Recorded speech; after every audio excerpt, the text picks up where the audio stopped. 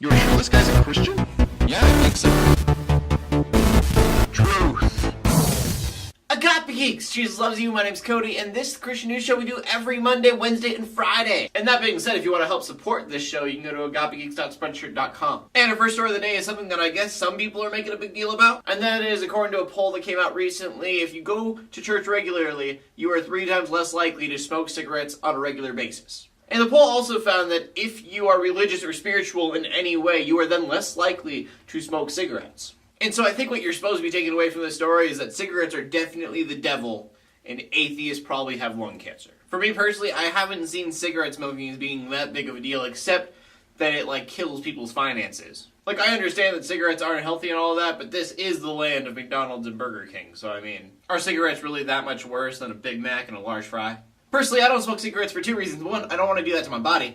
And 2, like I said, it is crazy expensive.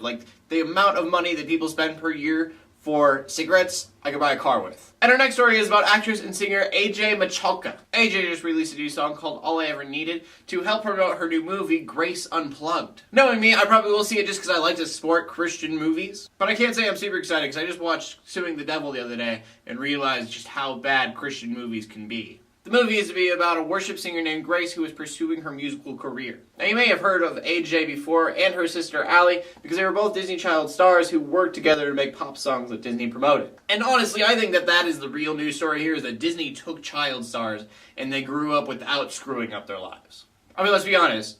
Britney Spears, Disney Child star, shaves her head. She's doing a lot better now, it seems, though.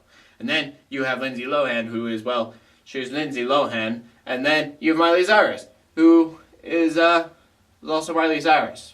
I don't really know how to define them. And I will admit that, Miley Cyrus hasn't ruined her life, at least yet. But just check out her last music video and then realize that that's what Disney does.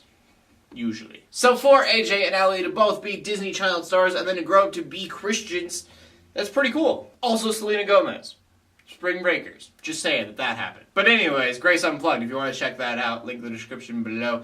The movie comes out in October, but the song that she made a music video for, so it's down there. And then our final story is about India, which we talked about recently because 5 Christian women were beat there just because of their faith. I got kind of excited when I saw the headline because it said India awaits anti-conversion law amendments. Because in my mind, that meant that they are probably going to fix things. Right now, the way the law is set up is that you can't force somebody to convert to another religion. And of course, you can see how this is abused. Christians can't share their faith because they are then forcing other people to convert. But it turns out that I was wrong in being excited for these amendments because the amendments aren't actually helping at all. They're making things a lot worse. This new amendment would allow the government to fine up to $830 people who are trying to convert people to Christianity or any other religion for that matter. You could also be sent to prison for 3 years, or in the case of a child or a woman, you could be charged up to 4 years and or pay a $1,600 fine. Now, all of that does really suck, but it's stuff that they've already had going on. They're just raising the maximum. The big thing that they're introducing is that you would be required as a converter and a convertee